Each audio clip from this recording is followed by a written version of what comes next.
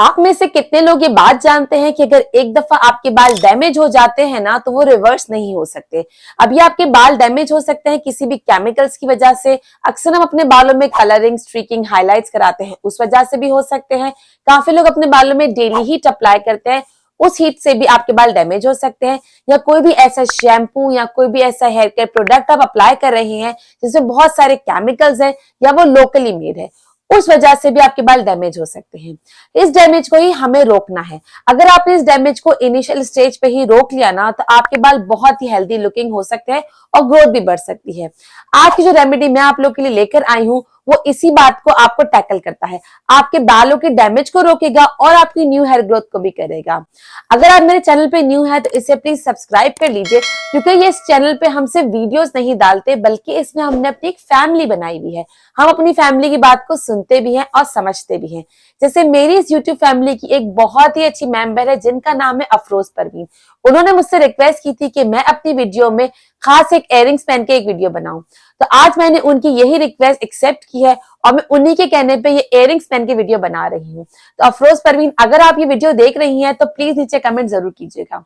अगर आप भी ऐसी कोई रिक्वेस्ट चाहते हैं तो मुझसे बेझिझक कर सकते हैं। तो आई वुड रिकमेंड कि आप भी हमारी फैमिली का हिस्सा बनिए ताकि हम आपस में एक दूसरे को अच्छे से जान सके और बातचीत कर सके। जितना जरूरी हमारे स्किन का लगना है, हमारे फेस का लगना है, उतना ही जरूरी है हमारे बालों का लगना। इसके लिए बालों को डैमेज से बचाना बहुत जरूरी है। ये जितनी भी हम हीट अप्लाई करते हैं, केमिकल्स अप्लाई करते हैं ना, वो वक्ती तौर पे तो बहुत अच्छी लगती है, लेकिन जब ये आपके बालों के प्रोटीन के बॉन्ड को तोड़ देती है तो वो चीज आपकी रिवर्स नहीं हो सकती, वो बाल आपका दोबारा नहीं आ सकता। जितने भी लोग ये दावा करते हैं कि कोई ऐसी रेमेडी है जो कि आपके डैमेज बालों को बिल्कुल क्योर कर देगी, तो आई एम सॉरी टू से वो बिल्कुल गलत दावा करते हैं। कोई भी चीज ऐसी नहीं है जो कि आपके डैमेज को, स्पेशली हीट डैमेज बाल को रिवर्स आउट कर सके। आपको उस डैमेज को होने से पहले ही रोकना है या उसके प्रोसेस के दरमियान ही रोकना है। आज की रेमेडी बहुत ही इजी होने वाली है, सिर्फ 3 इंग्रेडिएंट से बनेगी और ये तीनों इंग्रेडिएंट मोस्टली आपके पास अवेलेबल ही होंगे। पहला जो इंग्रेडिएंट हम ले रहे हैं ना वो है यहाँ पर आंवला ऑयल। आंवले का जो तेल है वो आपको नॉर्मली बाजार से भी मिल जाएगा, लेकिन अगर आप घर में बनाते हैं तो वो बहुत ही बढ़िया बात है। नॉर्मली जो हम बाजार से लेते हैं तो उसमें आंवला लिखा तो होता है, लेकिन उतनी क्वांटिटी का और उस क्वालिटी का वो आंवला ऑयल होता नहीं है। चाहे आप किसी भी ब्रांड का ले लीजिए, मैं यहाँ पे उस ब्रांड का नाम नहीं ले सकती, लेकिन वो बहुत मशहूर आंवला ऑयल है, उसमें भी काफी क्वालिटी और क्वांटिटी की प्रॉब्लम्स पहले आ चुकी है। इसलिए बेटर कि आप घर में ही अपना आंवले का ऑयल बना लीजिए। अगर आपको उसकी रेसिपी चाहिए तो मैं डिस्क्रिप्शन लिंक में भी दे दूंगी और यहाँ पे आई लिंक पे भी आ रहा होगा, लेकिन आई लिंक वाले को छोड़ दीजिए, पहले सुकून से रेसिपी को देख लीजिए और फिर उसके बाद आप डिस्क्रिप्शन लिंक में जाके आप उसको देख सकते हैं।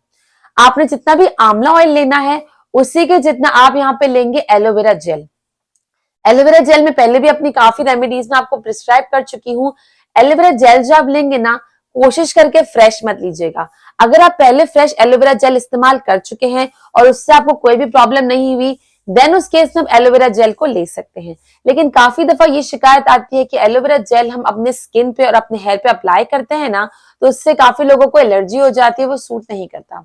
इसलिए आई वुड रिकमेंड कि आप मार्केट बेस्ड एलोवेरा जेल ही लें।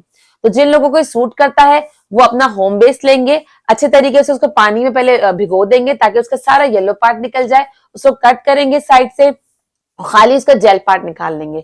लेकिन काफी लोगों को अगर सूट नहीं करता या वो श्योर नहीं है, पहली दफा ट्राई कर रहे हैं, तो डोंट टेक रिस्क, आप मार्केट बेस्ड एलोवेरा जेल ले लीजिएगा। और एलोवेरा जेल मार्केट बेस्ड आप वही लेंगे जो कि बिल्कुल क्लियर होगा।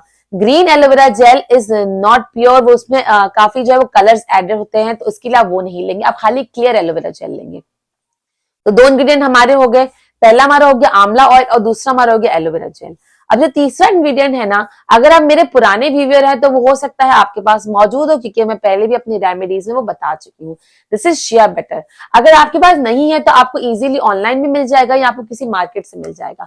शिया बटर जो होता है ना वो बहुत ही सॉफ्ट कंसिस्टेंसी का होता है। इसकी खासियत यह है कि जब ये रूम टेम्परेचर पे होता है ना तो ये बिल्कुल जमा हुआ होता है, लेकिन जब आप इसको वार्म करेंगे तो बिल्कुल ऑयल की कंसिस्टेंसी में आ जाता है, बटर की कंसिस्टेंसी में आ जाता है।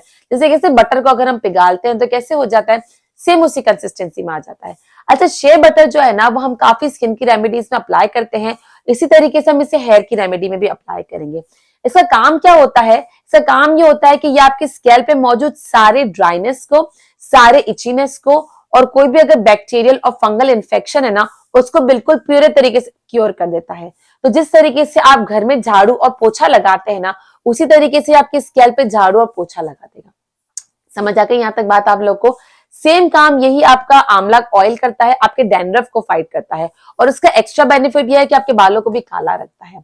अच्छा, सिमिलरली जो एलोवेरा जेल है ना, वो आपके स्कैल्प को बिल्कुल सूद करता है, बिल्कुल नरम कर देता है। ऐसा लगता है जैसे किसी चोट पर किसी ने अच्छे से मरहम लगा दिया हो। और साथ ही साथ एलोवेरा जेल में भी एंटीबैक्टीरियल, एंटीऑक्सीडेंट और एंटी फंगल प्रॉपर्टीज पाई जाती हैं। तीनों चीजों को आप अच्छे से मिक्स करेंगे। जो शे बटर है ना, वो बिल्कुल आपका जमा हुआ होता है रूम टेम्परेचर पे। अब आपको उसको पिघालने के लिए या तो आप डबल बॉयलर मेथड की मदद से इसको पिघाल सकते हैं, और फिर आप इसमें ऐड कर सकते हैं, या आप इसे माइक्रोवेव भी कर सकते हैं। मेक श्योर कि जब आप अगर इसे माइक्रोवेव कर रहे हैं ना, you have to be very careful, क्योंकि माइक्रोवेव करने के बाद ये बहुत गर्म हो जाती है। जो भी इसका कंटेनर है या ऐसी कटोरी है ना, बहुत गर्म हो जाएगी, ट्रस्ट मी। तो आपको उसको बहुत ख्याल से यूज करना है। बेटर यह है कि आप किसी गर्म पानी एक ले लीजिए और उसमें आप शे बटर की कटोरी को रखें और फिर उसे अच्छे से मेल्ट होने दीजिए। दोनों में से कोई भी प्रोसेस यूज कर सकते हैं, जस्ट आपको केयरफुल रहना पड़ेगा दोनों केसेस में। ठीक है जी, तो आपने ये तीनों चीजें ऐड कर ली। तो आप इसे अच्छे से मिक्स करेंगे, और इतना मिक्स करेंगे कि ये अच्छे से एक साथ घुल मिल जाए। प्रॉब्लम यहाँ पर ये है कि जो आंवला ऑयल है वो ऑयल कंसिस्टेंसी है, और जो एलोवेरा होता है वो वाटर कंसिस्टेंसी होता है।